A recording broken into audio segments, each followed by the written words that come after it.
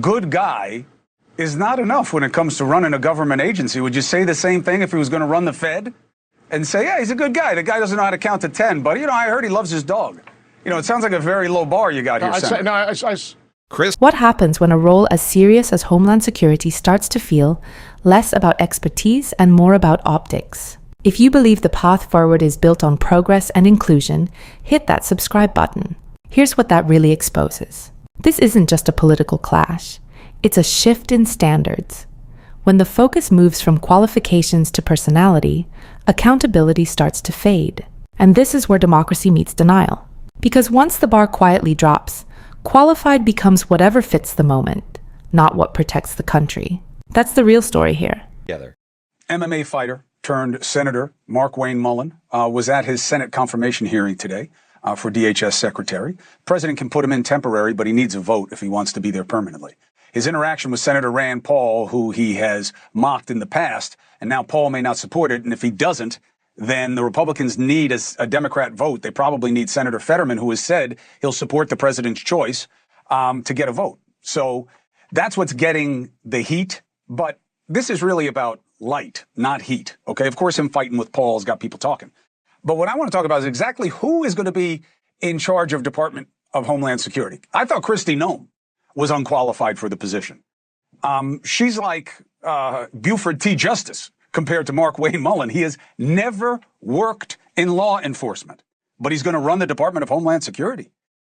So one of the problems with him is he says whatever is ever feeling in the moment, including about Alex Preddy, who was killed by a federal agent in Minnesota. He called him deranged. Here's how he described that, the man who wants to run the agency in charge of what happened there.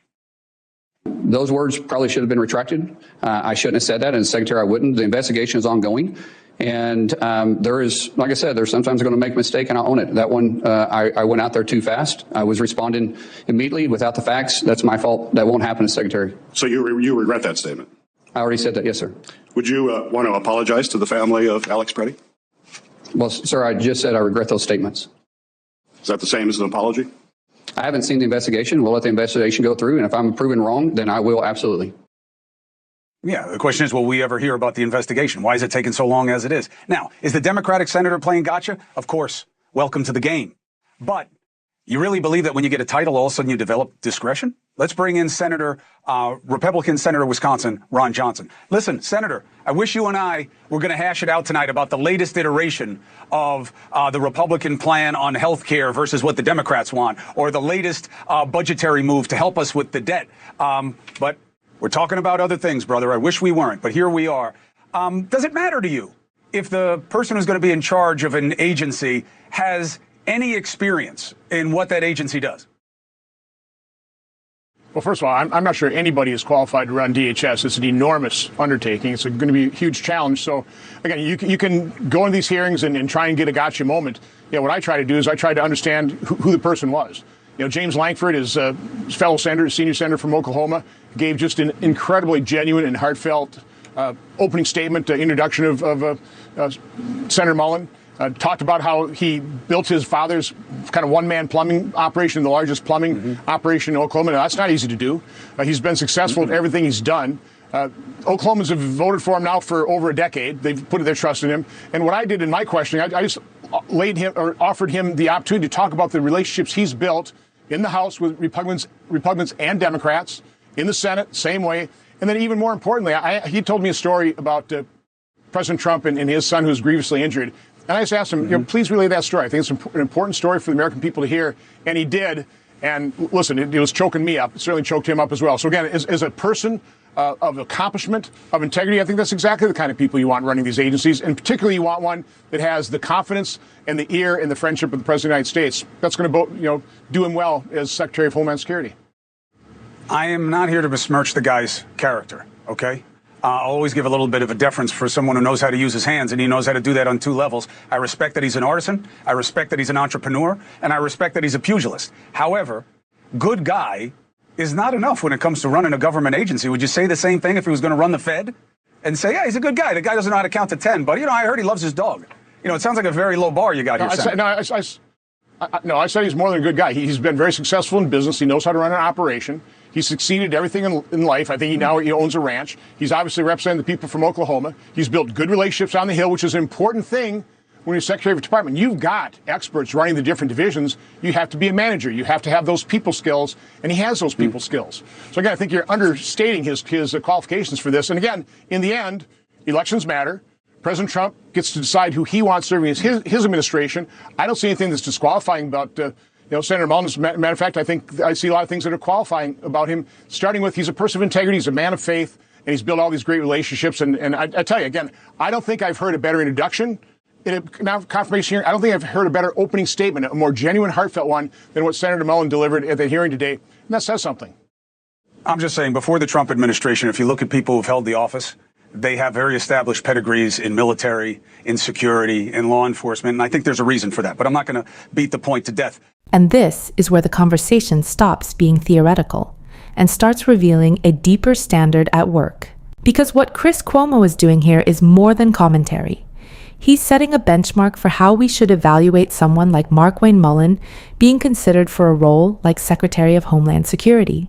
And when you place that benchmark next to the defense from Senator Ron Johnson, the contrast becomes very clear. Cuomo points out something important. Under administrations like George W. Bush, and even beyond that, people put in charge of DHS typically had backgrounds in military service, law enforcement, or national security. That wasn't random. That was intentional. That was the standard. Now contrast that with how Ron Johnson frames Markwayne Mullin. He highlights business success, a plumbing company, strong relationships, a reputation among colleagues, and a connection to President Trump. But here's what that really exposes. Those qualities describe someone who has achieved a lot, but they don't directly answer the question of whether he understands the complexities of Homeland Security. And that's the core issue. Because leadership at that level isn't about general success. It's about specific expertise. And this is where democracy meets denial. Instead of addressing the gap, the argument shifts toward trust, loyalty, and electoral legitimacy. The message becomes, the president chose him, therefore, that should settle it. But that's not how standards work. Elections determine who has the authority to choose. They don't erase the need to choose well. Now listen closely. This is the tell. Chris Cuomo introduces a simple but powerful analogy. Imagine Markwayne Mullin hiring someone to run his plumbing business, and that person admits they have no plumbing experience. That candidate wouldn't be taken seriously. So why is the reverse being accepted? That contradiction reveals a psychological pattern. When people are evaluating their own side, the criteria often shift. Qualifications become flexible. What would normally be a deal breaker gets reframed as potential or leadership skills. And once that happens, standards stop being universal. They become selective. Cuomo doesn't just stay on Mullin. He references Kristi Noem and Pete Hegseth, pointing to a broader pattern in which individuals are elevated into positions where their direct experience doesn't clearly match the demands of the role. At that point, it's no longer about one nomination. It's about a system of selection. Because roles like DHS aren't symbolic. They are operational. They involve crisis management, coordination with intelligence agencies, responding to emergencies that affect millions of people. These are high-stakes responsibilities that depend on experience, training, and judgment built over time. Not just confidence, not just success in a different field. So, when Senator Ron Johnson emphasizes personal character and business background, he's highlighting traits that matter, but not the ones that directly answer the core question. And that's the contradiction. Because deep down, this is something we all understand. You wouldn't want someone without medical training performing surgery. You wouldn't want someone without aviation experience flying a plane. So why would we treat national security differently? And this is where the moral and structural frame comes into focus. Democracy depends on accountability, not just at the ballot box, but in how leaders are selected and evaluated after the election. Because once qualifications become negotiable, once loyalty outweighs competence, the system starts to drift away from merit. And the risk isn't immediate collapse. It's gradual erosion. Step by step, the expectation shifts from who is best for the job to who do we trust. And trust, while important, is not a substitute for expertise. So the real takeaway here isn't about who wins the argument between Chris Cuomo and Ron Johnson. It's about the standard that underpins the entire conversation. Because if that standard weakens, everything built on top of it becomes less stable. And that's the part worth paying attention to.